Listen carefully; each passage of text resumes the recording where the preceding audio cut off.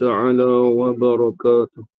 Waalaikumsalam warahmatullahi بسم الله الرحمن الرحيم. الحمد لله رب العالمين والعاقبة للمتقين والصلاة والسلام على أشرف الأنبياء والمرسلين وعلى آله وصحبه أجمعين.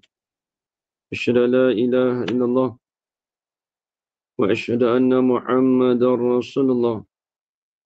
اللهم صل على سيدنا محمد وعلى آل سيدنا محمد. سبحانك لا علم لنا إلا ما علمتنا إنك أنت العليم الحكيم. قال رب اشرح لي صدري ويسر لي أمري واحلل عقدة من لساني يفقه قولي. ولا حول ولا قوة إلا بالله العلي العظيم. ولا حول ولا قوة إلا بالله العلي العظيم. ولا حول ولا قوة إلا بالله العلي العظيم. بسم الله الرحمن الرحيم. اللهم يا من بيد مقاليد الخير كله وإليه ترجع الأمر كله افتح علينا فتحا قريبا يا فتاح يا عليم يا فتاح يا عليم يا فتاح يا عليم افتح علينا فتحا قريبا. صلى الله على سيدنا محمد والحمد لله رب العالمين. بسم الله الرحمن الرحيم. قال الشيخ المصنف رحمه الله تعالى ونفعنا بعلومه في الدارين آمين يا رب العالمين.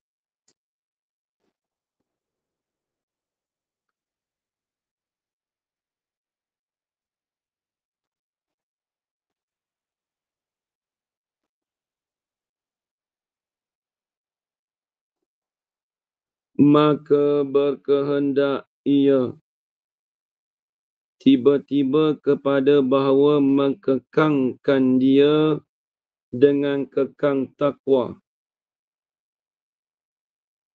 supaya tinggal baginya. Boleh baca dua, tinggal atau bertanggal. Maka tiada putus ia dan supaya mengikut baginya. Maka tiada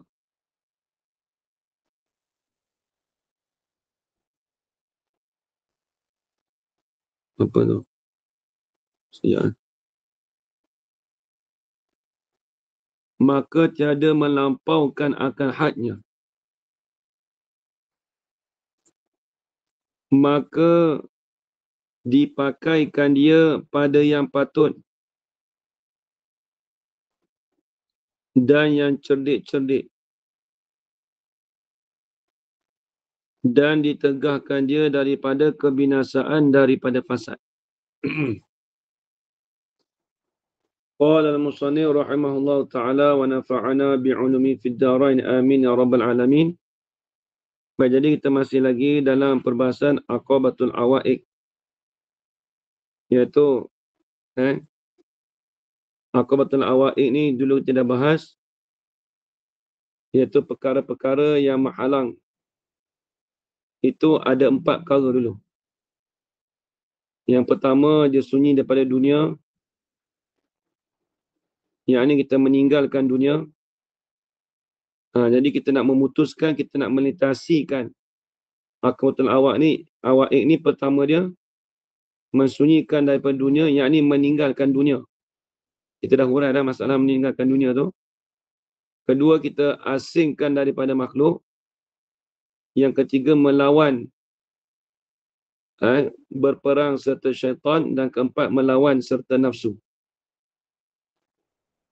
Kemudian lagi di sini pula, maka berkehendak ia.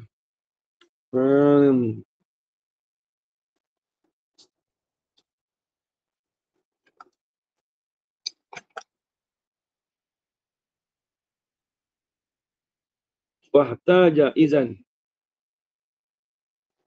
Tu. Maka berkehendak ia hamba tu. Ia ni kembali pada hamba lah. Jadi Imam Ghazali dia menceritakan tentang seorang hamba tu macam mana perjalanan dia. Daripada dulu Aqabatul Taubah, lepas tu kemudian pergi pada Aqabatul Ilmi, kemudian berpindah pada Aqabatul Awaiq. Kemudian maka berkehendak ia hamba, tambah sikit, yakni pada ketika itu. Maka berkehendak ia hamba pada ketika itu. Sebab dia datang dengan bahasa Arab, izan. Dia tengah izan. Yang ni pada ketika nafsu. Pada ketika nafsu, dulu kita bahas nafsu, yang terlebih sangat daripada sekaliannya. Ini kita bahas masalah nafsu. Maka berkehendaklah ia hamba itu, yakni pada ketika itu, ai iza kana nafsu majbulatan ala syarri. Sekejap. Majbulatan ni ditarikkan ke, sekejap.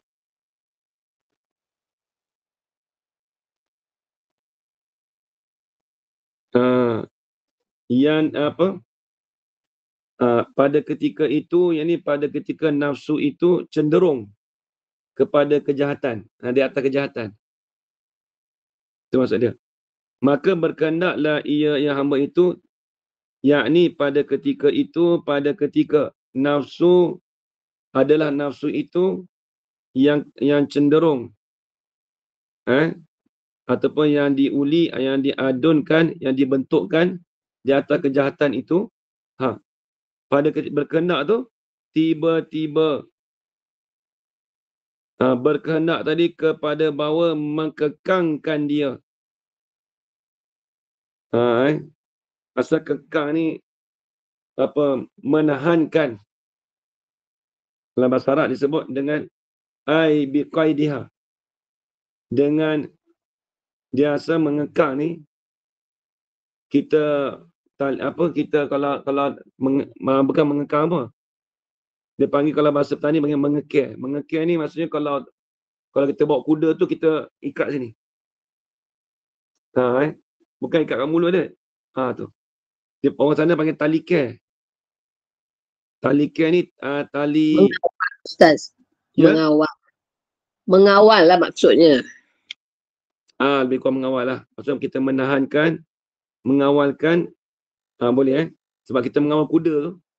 Dia panggil tali care, orang sana panggil. Jadi dia kata, mana ni?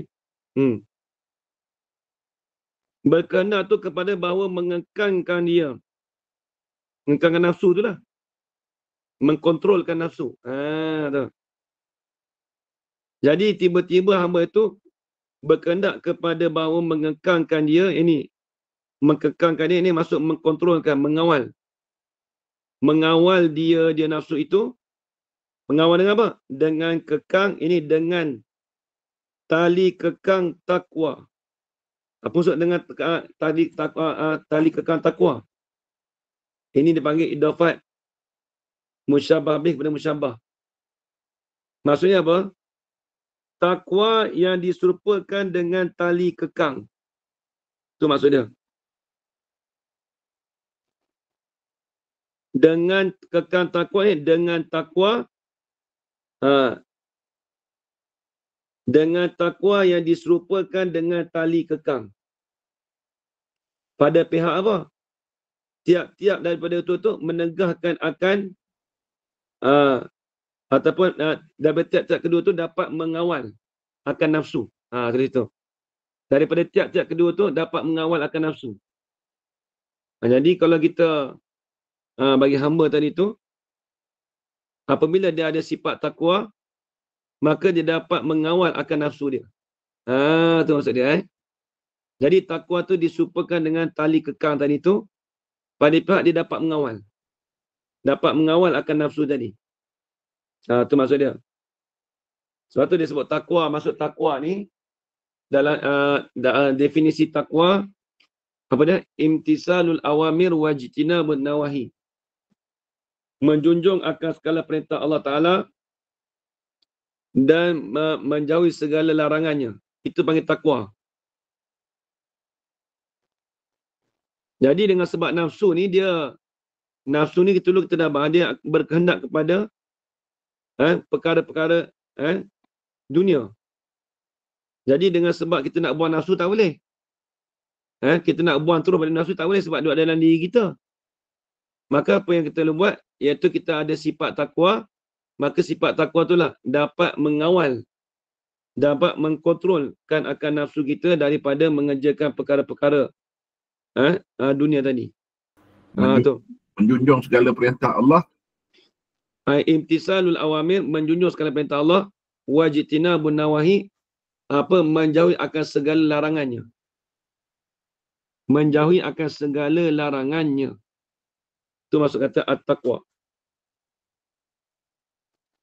Habis itu. Sebab apa tu? Sebab apa berkehendak hamba itu kepada mengkekangkannya dengan kekangan takwa tu? Supaya tanggal baginya. Maksud tinggal boleh, tinggal boleh. Supaya tinggal baginya bagi nafsu tu. Maksud apa tinggal? Dia tak membuat. Tu. Bahasa Arab dia sebut litabqalahu. Supaya tinggallah baginya bagi nafsu tadi. Kitab Rumi tulis tinggal ke tanggal? Tinggal. Tinggal tu okey lah. Ada setengah tu dia panggil tanggal. Yang nak menanggal tak boleh. Kita nak menanggalkan nafsu tu ada kat diri kita. Tinggal lah. Tu. Supaya terdapat meninggalkan akan nafsu tadi. Tinggal tak buat lah. Maksudnya tinggal ni maksud tak buat. Tu. Maka tiada putus ia nafsu. Nafsu nak putus tak boleh. Dia nak terasing. Putus maksudnya dia tak terputus dengan sini maksudnya tidak boleh terasing. Fala tanqati'a. Bahasa Arab panggil. Maka tidak boleh memutuskan ia. Yang nafsu tu nak mutus tak boleh. Kita maksudnya terputus ini terputus daripada jalanannya, jalan nafsu. Kita nak memutuskan jalan nafsu tu tak boleh. Tu. Tiada putus ia nafsu ini tiada memutuskan akan jalanannya, jalanan nafsu. Kita nak mutuskan jalan nafsu tu tak boleh. Sebab dia dalam diri kita. Tu. Lagi pula nafsu tu dan supaya mengikut baginya. Yang ni dan supaya mengikut ia nafsu tu baginya. Bagi hamba tadi. Jadi nafsu ni dia boleh ikut hamba je. Kita nak putuskan tak boleh. Dalam masalah atau watan qadalahu. Dia nak jawab kita tak boleh.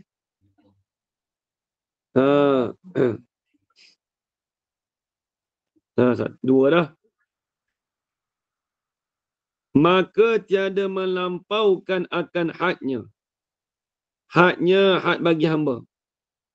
Jadi bila kita dah tinggalkan tadi itu, dapat kita mengekangkan nafsu tadi dengan takwa, maka tiada melampaukan akan hadnya, had bagi hamba tadi. Kita nak melampaukan nafsu tadi itu bagi hamba tadi itu, dia tidak dari melampaui lah. Nafsu kita tu terbatas. Nampak saja dia terhad. Makan pun terkawal. Buat satu perkara dunia pun terkawal. Semua terkawal. Beli baju terkawal, makan terkawal, minum terkawal. Semua jadi terkawal. Sebab ada sifat takwa. Takwa itulah yang jadi dipanggil dapat mengawal nafsu kita. Kalau tak ada sifat takwa ni, tak boleh kita nak mengawal nafsu kita. Tu. Maka dipakaikan dia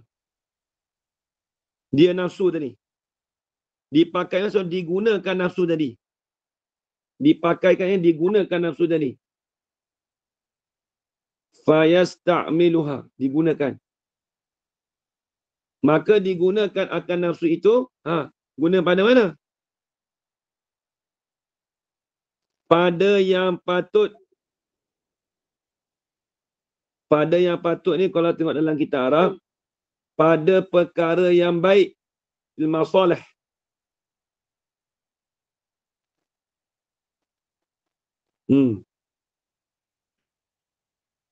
Pada perkara yang baik.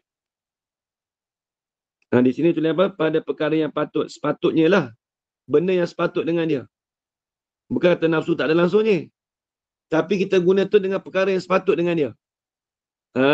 Tuan-tuan dia, nampak dia sebut. Dalam kitab Arab dia sebut. Dalam kitab Arab dia sebut. Fayasta'miluha fil masalihi wal marashidi. Dan petunjuk. Ada tak dia terjemah? Marashid, orang cerdik. Dan yang cerdik-cerdik digunakan akan nafsu tadi pada yang sepatutnya, pada yang berpatutannya, dan yang cerdik-cerdik. Apa cerdik? Perkara yang dapat kita gunakan dengan cerdik. Lagi.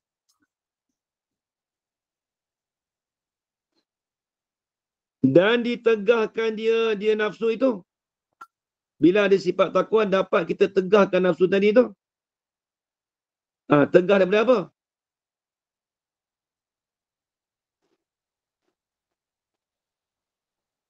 Tegah daripada kita tambah sikit. Daripada kebinasaan. Ini tegah daripada perkara yang membawa kepada kebinasaan.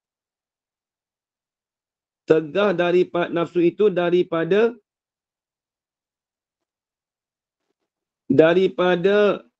berlakunya di dalam kebinasaan. Tu. Tambah sikit. Berlakunya di dalam kebinasaan. Itu saya ambil dalam kitab Arab tu, dia terjemah gitu. Menegahkan nafsu itu daripada berlakunya di dalam kebinasaan.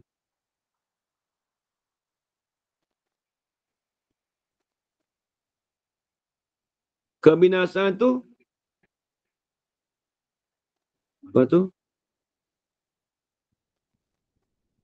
Daripada. Kitab tu daripada ke dan? Daripada kalau yang Rumi daripada fasad. Daripada. Dia nak dan fasad. Bukan daripada fasad sebab kitab Arab dia tulis minal mahaliki wal mafasidi. Wow, dah tengah wow dengan dan. Bukan daripada tu. Buat likung, buat kausain di situ, buat bracket situ. Bukan daripada, dengan mana dan. Dan fasad. Sama maksud. Dan fasad tu dipanggil atau tafsir pada kata kebinasaan. Tapi kalau Arab lain. Dia kata minal mahaliki wal mafasidi. Sebenarnya halak pun binasa, fasid pun binasa juga. Sama. Tu. Habis itu. Dia panggil atau tafsir. Atau muradif dia panggil. Kebinasaan tu ialah fasid. Sama maksud. Kena tambah dan fasid. Dan fasad minta maaf. Habis itu. Lepas tu tak terkala. Bila dapat kita mengawal nafsu tadi je. Bila dapat kita kontrol nafsu tadi dengan takwa kita. Dapat kita memutuskan nafsu tadi kita tu. Dan nafsu tadi dapat mengikut kehendak kita. Dan kita tidak melampaukan nafsu tadi tu. Maka diambilnya hamba Maksud kata diambil ni, kemudian masuk oleh hamba. Ambil yang mana? Akhazah. Fi'il syuru'. Bahasa Arab panggil fayak khuzun dengan mana? Mengambil di sini, ini masuk.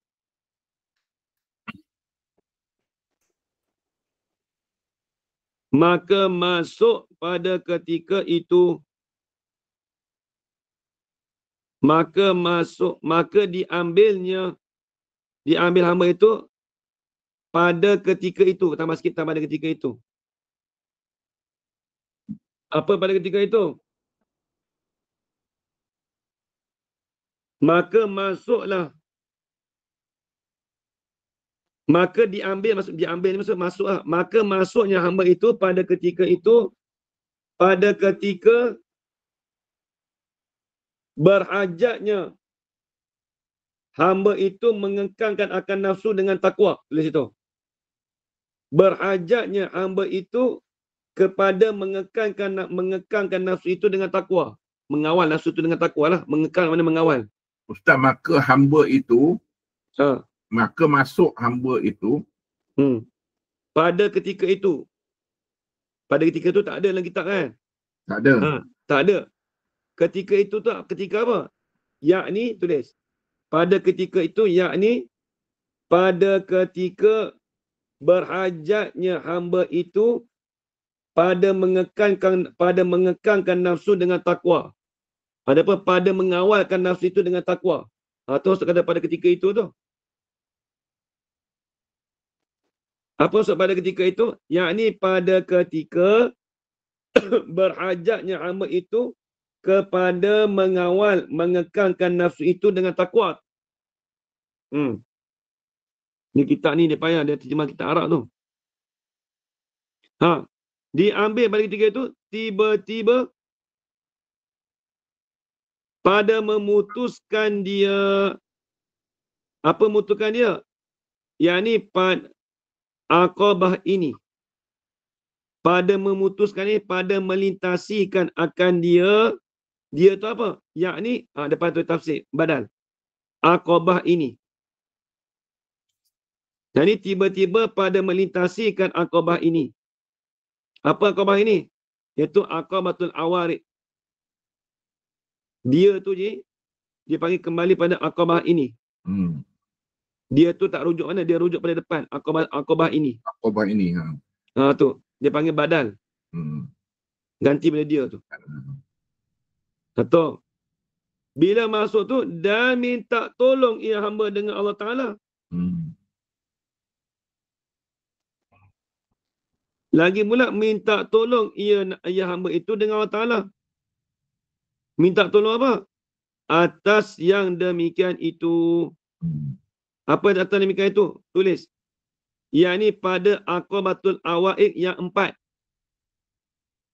Yang demikian itu yakni di atas aqabatul awaid al-arba'ah. Yang 4 tadi. Mana yang 4 dulu? Iaitu mensunyikan daripada dunia. Asing daripada makhluk. Melawan, berperang dengan serta syaitan. Melawan serta nafsu. Itu maksud kata minta tolong dengan Allah Ta'ala tu. Atas yang demikian itu atas 4 perkara dulu. Kita minta supaya kita sunyikan daripada dunia. Kita tinggal dalam dunia. Itu maksudnya. Jadi 4 perkara di atas dulu. Ustaz, aqabah awaid ni tu perjalanan yang menegah hamba itu beribadat pada Allah saya. Makna aqabah kan betul lah saya. Cumanya yang 4 perkara tu apa dia? Dulu. Sunyikan dunia. Maknanya tinggalkan dunia. Lepas tu yang kedua mengasih pada makhluk. Yang ketiga melawan berperang dengan syaitan. Sekata melawan nafsu. Dulu kita dah urai dah. Ya. Itu maksud kata yang demikian itu. Ustaz, aqabah awaid ni apa maksud sebenar? Maksud saya terjemahan tu apa Ustaz? Dalam bahasa Melayu. Awaid ni perkara yang menghalang. Oh, perkara yang menghalang. Okay. Pekerjaan pada perkara yang menghalang tu. Menghalang hamba itu daripada beribadat. Tu. Jadi tak dapat tidak berkehendak pada untuk kita melintasikan aqabatul awal ini Mesti dengan 4 perkara. Dia boleh sebut kan? Dengan 4 perkara. Iaitu sunyikan daripada dunia, asing dan makhluk, melawan, berperang serta syaitan, lagi pula melawan serta nafsu. Habis itu tak titik itu. Lepas tu, maka tatkala selesailah ia hamba. Dah habis selesai lah. Dalam kitab Arab, falamma faragha min qad'iha raja'a ila qasdil ibadah.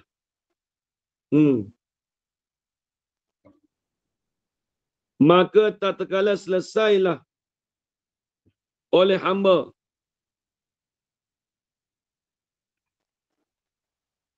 ia hamba daripada memutuskan aqabatul awaid tadi, dapat kita melintasi akan aqabah awaid tadi. Bila kita dah memutuskan, kita melintasi tadi, melintasikan aqabatul awaid, kemudian kembali pula.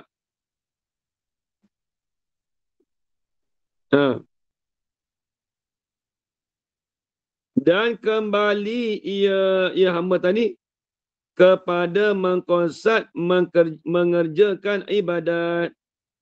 Jadi dah melintasi tadi tu, hamba tadi turun bagi mengerjakan ibadat pula. Maka ditilikkan.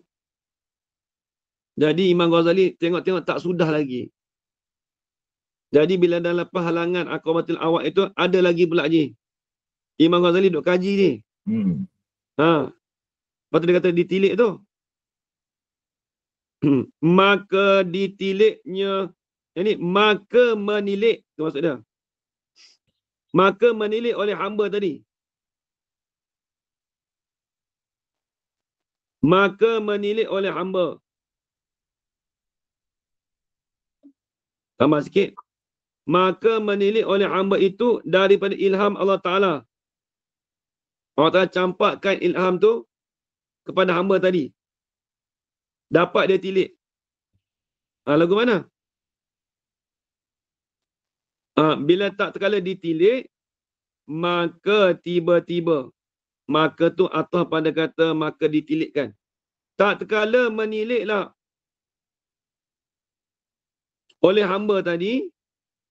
Tak terkala hamba tu menilik, maka tiba-tiba. Tu atau pada kata maka. Maka tiba-tiba ada awarid. Ada awarid pula. Ada. Bukan sudah habis lagi. Ada juga Imam Ghazali kata. Ada perkara awarid pula. Tengok dia terjemah apa awarid. Awarid. Jam'u aridatun. Ay mawani'ah. Ay mawani'un. Perkara yang menghalang, yang menegah juga je maksud dia. Ay mawani'un. Awarid jamak bagi aridatun. Perkara yang membentang, melintangi. Yang menghalangi. Tu. Tengok depan ni terjemah. Maka tiba-tiba ada awarid. Apa awarid? Tulis itu, yakni perkara yang menegahkan daripada ibadat.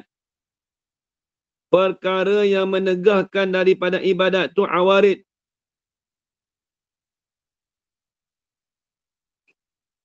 Jadi awarid itu perkara yang menegahkan daripada ibadat. Tulis itu. Ini panggil aqabatul awarid. Awarid mana? Yang melentangkan dia hamba. Yang menghalangkan dia hamba itu daripada ibadat. Daripada ibadat.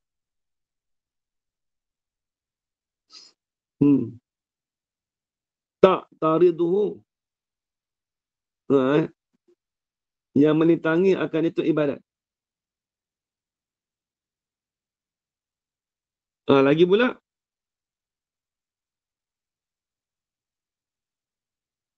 maka membimbangkan dia daripada berhadap di atas maksud, daripada di atas maksudnya. Jadi maka tiba-tiba ada awarid, ada perkara yang menegah yang melentangkan dia hamba itu daripadanya beribadat. Melentang ni maksudnya dia ditegahkan, dihalangkan daripada menegahkan ibadat, daripada ibadat. Lepas tu maka membimbangkan dia hamba. Membimbang sini tulis menyibukkan hamba daripada berhadap di atas maksudnya. Kitab tu ada dua kali daripada tu je. Mula-mula dia tulis apa? Daripadanya, daripada. Tak sedap mana tu. Maka membimbangkan dia daripadanya, daripada berhadap. Jadi dua kali. Mukarrar dia panggil. Benda yang mukarrar. Mukarrar. Maka membimbangkan dia daripadanya, daripada Ustaz. Ada dua daripada tu. Daripadanya Ya. betul daripada pula kan? Ya. Jadi daripada yang pertama tu kita buat likung. Oh, tak pakai Buat tak kau ya? kan? Dia lebih. Dia jadi tak sedap kalau dua kali tu. Okey, tak. Maka membimbangkan dia hamba itu, maknanya menyibukkan hamba itu daripada berhadap di atas maksudnya maksud hamba tadi. Tu. Apa dia? Membimbangkan tadi tu, apa dia? Yang menyebutkan daripada di atas maksudnya, apa maksud-maksudnya tulis itu? Iaitulah yang dikatakan maksud apa dia? Iaitulah beribadat kepada Allah dengan jalan yang sempurna. Dengan jalan yang sempurna. Tu. Itu maksud kata, maka membimbangkan dia daripada berhadap di atas maksudnya. Di atas maksud bagi hamba tadilah. Tujuan hamba tadi tu. Tu. Jadi tujuan hamba tu ialah beribadat kepada Allah dengan jalan sempurna. Habis itu.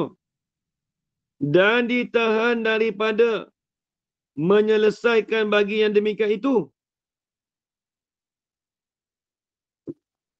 Dan ditahan. Tulis itu. Dan menahan. Ditahan dengan mana menahan. Dan menahan. Tambah sikit. Ia awarid.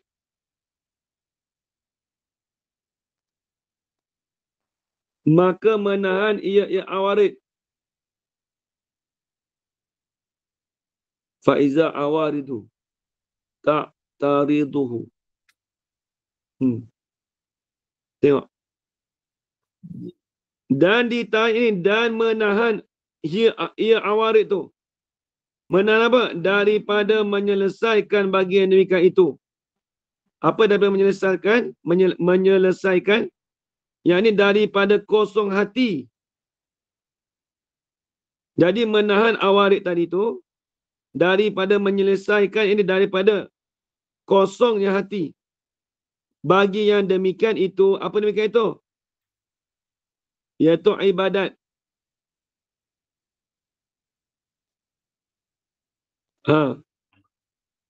Apa dia? Apa maksud kata yang demikian itu? Ni dia tafsir. Yang ni bagi mengerjakannya ibadat. Bagi mengerjakan ibadat. Mengerja tadi dengan seyogianya. Apa dengan seyogianya? Yang ni kehendak hati hamba. Jadi kosong hati tadi bagi yang demikian itu ibadat. Itu tu bagi mengerjakan ibadat dengan seyogianya. Maksudnya apa? Mengerjakan ibadat itu dengan kehendak hati hamba. Itu maksud seyogianya. Seyogia ni maksudnya apa je? Kehendak hati hamba. Tu seyogia. Tu. Habis itu. dan melilit ia, maka tiba-tiba 4 perkara.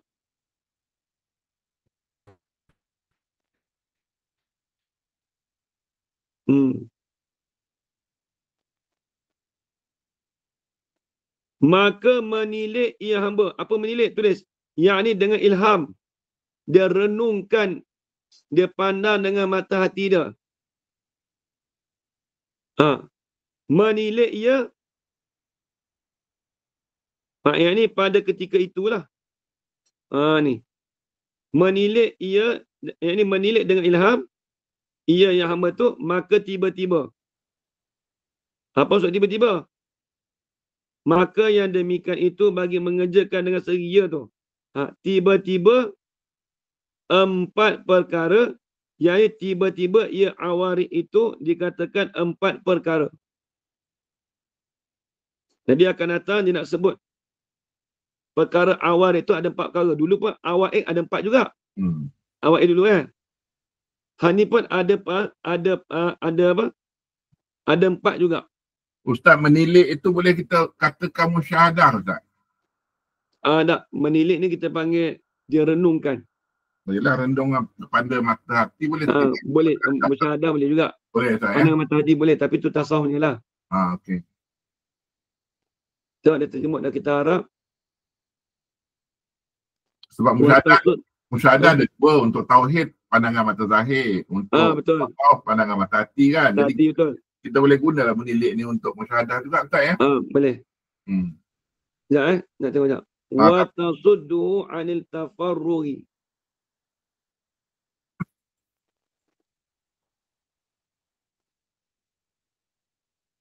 Sekejap lagi.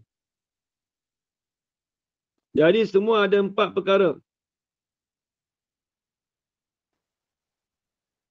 Pertama, rezeki menuntut akan dia oleh nafsunya.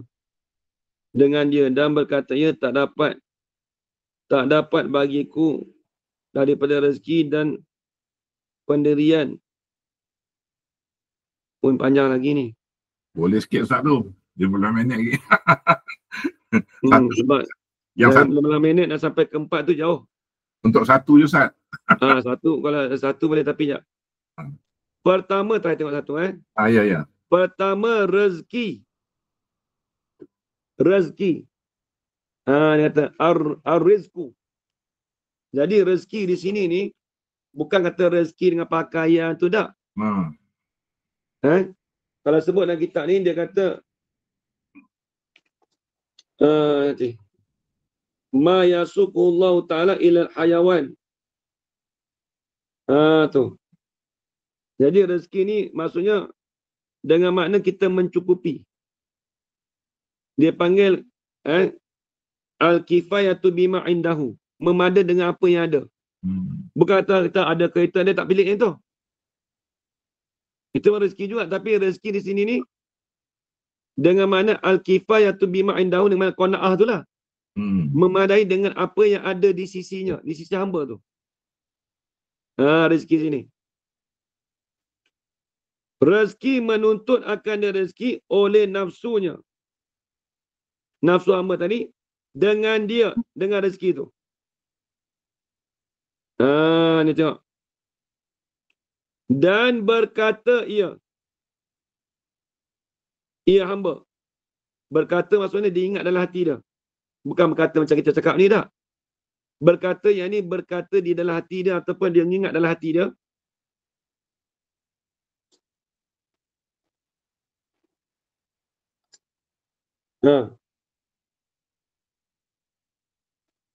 Dia berkata apa? La budda li min rizkin wa qiwamin. Wa qad tajarradat 'anid dunya wa tafarradtu aidan 'anil khalqi. Tu.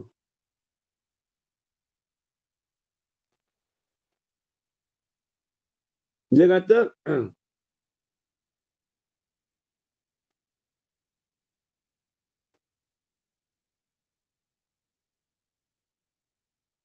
dia kata apa? Tak dapat, tambah sikit, tak dapat tiada. Ini mesti.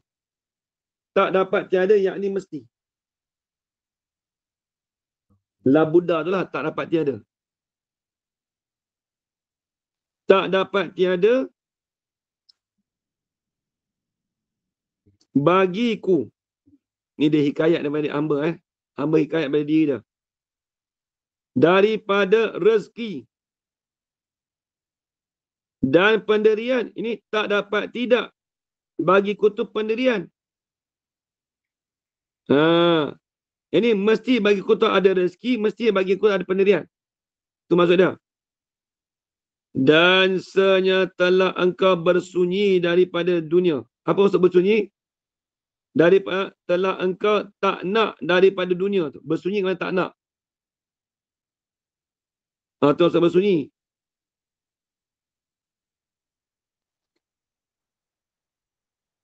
Dan engkau tiada asingkan daripada makhluk. Lagi pula, dan engkau tiada asingkan, tiada boleh. Tiada boleh nak asingkan daripada makhluk. Apa makhluk di sini? Yakni manusia. Boleh tahu. Tak boleh kita nak asingkan diri kita dengan manusia, tak boleh. Tu.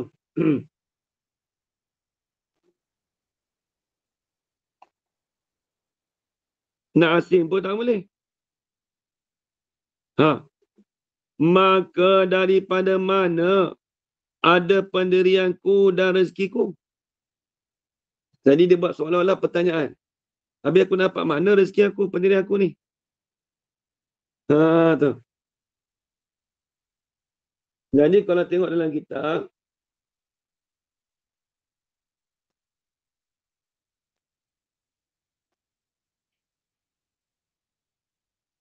Famin aina yakunu kiwami wa rizki.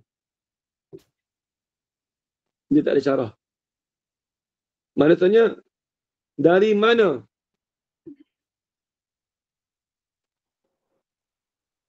Maka daripada mana ada pendirianku dan rezekiku. Maksudnya, daripada mana aku nak mendapatkan pendirianku dan rezeki aku tadi. Tu hikayat pada hamba tadi. Jadi hamba tu kata, seolah kata, tiada bagi aku ni bila rezeki. Tak dapat tiada. Mesti bagi aku ni ada rezeki. Dan pendirian. Dan senyatalah engkau bersunyi daripada dunia. Dan engkau tu tidak berkehendak daripada dunia. Tu sunyi. Dan engkau tiada asingkan daripada makhluk. Bila tak boleh nak asingkan daripada makhluk, maka daripada mana ada pendirianku? Pendirian tu tak ada. Macam mana nak boleh ada pendirian? Dan rezekiku, dan macam mana nak boleh adakan rezeki? Macam mana nak dapat rezeki? Dengan sebab apa? Dia maklum, tak dapat tidak mesti kita dapat rezeki. Cuma daripada mana ada pendirianku dan rezekiku tadi? Itu pertanyaan dia. Habis itu. Nanti sambung pula kedua. Khatir ni lintasan hati pula. Ustaz, sebenarnya saya tak faham lah maksud yang dia bagi 4 perkara ni. Maksudnya yang pertama tu rezeki, maknanya nafsu dia nak menuntut pada rezeki kan? Dia gini. Saya tak faham. Maka faham. menilik ia hamba tadi dengan ilham yang Allah Ta'ala campak pada dia. Okey. Pada ketika itu. Dengan ada pada ketika itu tu. Pada saat dia merenung tu lah, pada saat dia menilik tu. Nanti. Saya pada ketika itu tu, bukan itu. Saya nak memahami apa tu, ayat tu. Saya nak memahami. Kata amal.